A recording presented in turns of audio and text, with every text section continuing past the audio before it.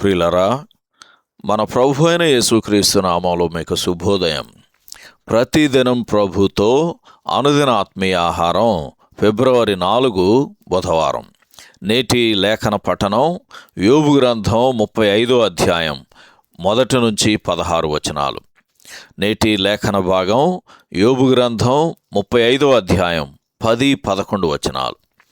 రాత్రి అందు కీర్తనలు పాడుటకు ప్రేరేపించుచు, భూజంతువుల కంటే మనకు ఎక్కువ బుద్ధి నేర్పుచు, ఆకాశ పక్షుల కంటే మనకు ఎక్కువ జ్ఞానము కలుగజేయుచు, నన్ను సృజించిన దేవుడు ఎక్కడనున్నాడని అనుకుని వారెవరునూ లేరు.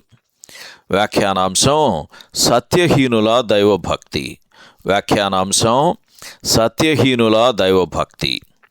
వ్యాఖ్యానం: యోబు తనకు కలిగిన వేదనలను బట్టి చివరకు నా నీతి వలన నాకు కలిగిన లాభమేమి అను విచారకరమైన ముగింపుకు వచ్చాడు. యోబు యొక్క కడవరి స్థితి తాను పాపము చేసిన స్థితి కంటే ఏమాత్రం మెరుగుగా లేదు అని యోబు గ్రంథం 9వ అధ్యాయం 22వ వచనం, అలాగే 34వ అధ్యాయం 9వ వచనం, యోబు గ్రంథం 35వ అధ్యాయం 3వ వచనం చదివితే మనకు అర్థమవుతుంది. అయ్యో, యోబు తన హృదయాంతరంగములోని అగాధమును చూస్తున్నాడు. 1వ అధ్యాయం 9వ వచనంలో రాయబడినట్లు, యోబు ఊరకయే దేవుని యందు భయభక్తులు కలవాడాయనా అని సాతాను చెప్పిన మాటలను అతడు నెరవేర్చినట్లుగా ఉన్నది. ఇది కూడా అపోస్తలుడు వివరించినట్లు, చెడిపోయిన మనస్సు కలిగి సత్యహీనులై దైవభక్తి లాభసాధనమనుకొను మనుష్యులు చేయు వ్యర్థమైన వాదములకు సమానముగా ఉన్నది. తిమోతికి రాసిన మొదటి పత్రిక 6వ అధ్యాయం 5వ వచనం, అలాగే మలాకీ గ్రంథం 3వ అధ్యాయం 14వ వచనం కూడా ఈ సందర్భంలో చదవండి. ఇట్టి తలంపులే తన హృదయమందున్నవని పితరుడైన యోబు ఇంకా గ్రహించలేదు.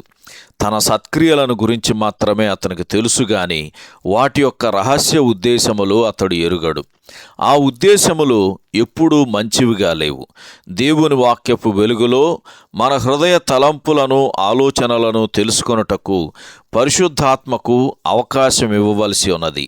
హెబ్రీయులకు రాసిన పత్రిక 4వ అధ్యాయం 12వ వచనం ఈ సందర్భంలో చదవండి. ఈ విధంగా ఎలీహు యోబునకు సత్యమును తెలియజేయు పరిచర్య జరిగించాడు. కొన్ని సంగతులు వినటానికి ఇంపుగా ఉండవు, అయితే మేలును కోరి స్నేహితుడు గాయములు చేయును అని సామెతల గ్రంథం 27వ అధ్యాయం 6వ వచనంలో చదువుతాం. అలాగే కొలసీలకు రాసిన పత్రిక 4వ అధ్యాయం 6వ వచనం కూడా ఈ సందర్భంలో చదవండి.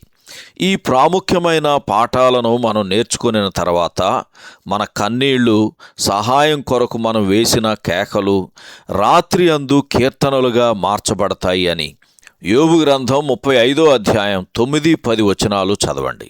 సహోదరుడు జాన్ కోక్లన్ శుభములతో వందనాలు.